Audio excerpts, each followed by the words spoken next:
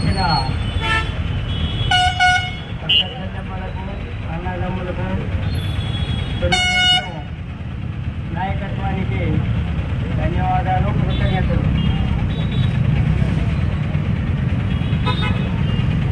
ఏ వ్యక్తి అయినా విలేకరి అంటే అతని అబ్జర్వేషన్ చాలా చాలా పకడ్బందీగా సమాజంలో ఎక్కడ కూడా అవాంతరం లేకుండా వాళ్ళు చెప్పే మాటలు సమాజానికి ఉపయుక్తంగా ఉండాలనే ఆలోచన ప్రతి ఒక్కరికి కావాలి. తొమ్మినేని శ్రీనివాస్, కృష్ణరాజు గారు వాళ్ళు విలేకరులుగా వాళ్ళ జీవితం ప్రారంభించారు. ఇవాళ ఒక ముఖ్యమైన పేపర్కి ఎడిటర్స్ ఉన్నాయి. కానీ ఒక్క విషయం చెప్తున్నా మీకు, బాబు గారి మీద అతి నమ్మకం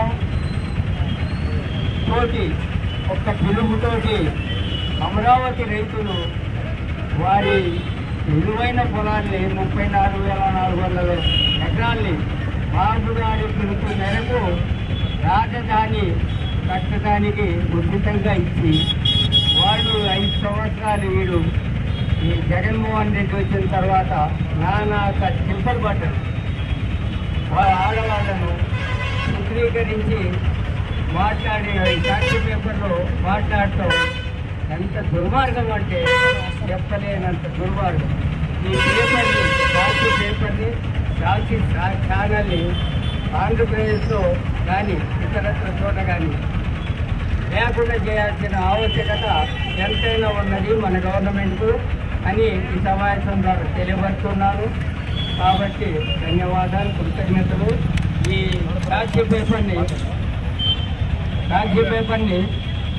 ఇప్పుడు తగలబెట్టాల్సిన ఆవశ్యకత కూడా ఉంది అని ఈ సమావేశం అడ్డం పెట్టుకొని, పేపర్లు అడ్డం పెట్టుకొని, న్యూస్ ఛానల్ అడ్డం పెట్టుకొని ఇష్టారాజ్యంగా ప్రజాధనాన్ని లూటీ చేసి ఇష్టాధనంగా జనాల్ని ఇష్టం వచ్చినట్టు మాట్లాడి అసెంబ్లీ సాక్షిగా, అసెంబ్లీ వేదికగా మీ మంత్రులు, మీ ఎమ్మెల్యేలు మీ ఇష్టం వచ్చిన పదజాలంతో దూషించారని చెప్పేసి ఈ రాష్ట్ర ప్రజలు గమనించి మిమ్మల్ని ఇళ్లకు సాగనంపడం జరిగింది.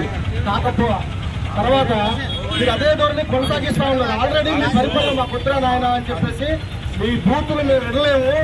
చట్టసభల్లో రాష్ట్ర భవిష్యత్తుని దశ దిశ నిర్దేశించేటువంటి ప్రదేశాల్లో కూడా మీరు ఇష్టం వచ్చినట్టు మంత్రుల్ని, ఎమ్మెల్యేలని, ఇంట్లో లేడీస్ని, ఆడవారిని ఎస్ఎఫ్ఐ పరంగా పదజాలతో దూషించారని చెప్పేసి సాగనంపితే మీరు అదే వరవడిని కొనసాగిస్తూ మీ మీడియాను అడ్డం పెట్టుకొని, మీ ప్రతినిధులను అడ్డం పెట్టుకొని ఇష్టం వచ్చినట్టు వ్యవహరిస్తున్నారు మిస్టర్ జగన్మోహన్ రెడ్డి.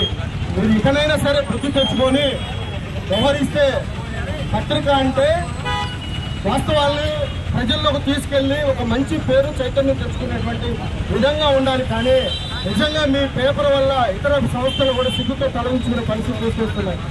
మీరు దయచేసి మేము హెచ్చరిస్తున్నాం, తెలుగుదేశం పార్టీ ఆంధ్రుల ఆరాధ్య దైవం, మహిళల పట్ల మీరు మీ ప్రతినిధులు వ్యవహరించినటువంటి తీరుని మేము ఖండిస్తున్నాము. భవిష్యత్తులో తిరిగి పునరావృతం కాకుండా చూసుకోవాలి. అలా జరిగినట్లయితే మీరు దీనికి మూల్యం చెల్లించుకోక తప్పదు. సాక్షి మీడియాని, సాక్షి పేపర్ని ప్రతిఘటిస్తాం, ఎక్కడికెక్కడికి నిర్బంధం చేస్తాం, మీ సర్క్యులేషన్ ఆపేస్తాం. కానీ మా బాబు గారు ఒక నిబద్ధత గల నాయకుడు, ప్రజాస్వామ్యంలో అన్ని వ్యవస్థలు ఉండాలనే ఉద్దేశంతో ఈ 11 నెలలు కూడా మీ మీడియా సంస్థలు ఇష్టం వచ్చినట్టు ప్రచారాలు చేస్తున్నా కానీ కేవలం చట్టం మీద ఉన్న గౌరవంతో గౌరవిస్తూ వచ్చాడు.